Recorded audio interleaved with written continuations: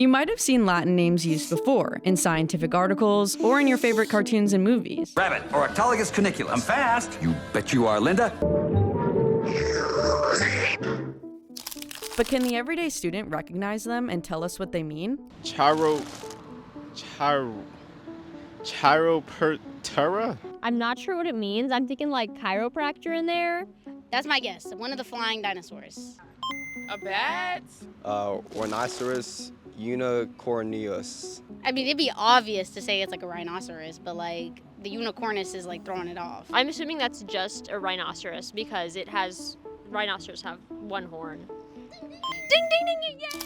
Associate Professor of Biology Nicholas Green breaks down why Latin names are important and how they are used today. The story of why we use Latin and Greek to name living organisms goes back to a Swedish naturalist named Carolus Linnaeus, although it didn't quite start with him. As modern Western European science was developing in the 1500s through the 1800s, scientists in different countries often couldn't read each other's work.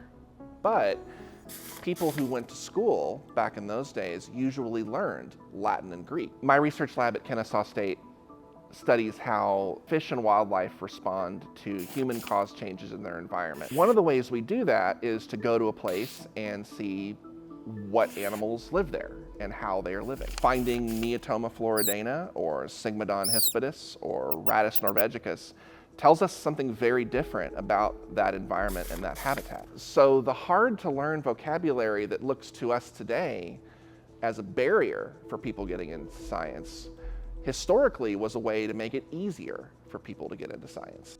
The more you know, right, owls? Or should I say, Bubo virginianus?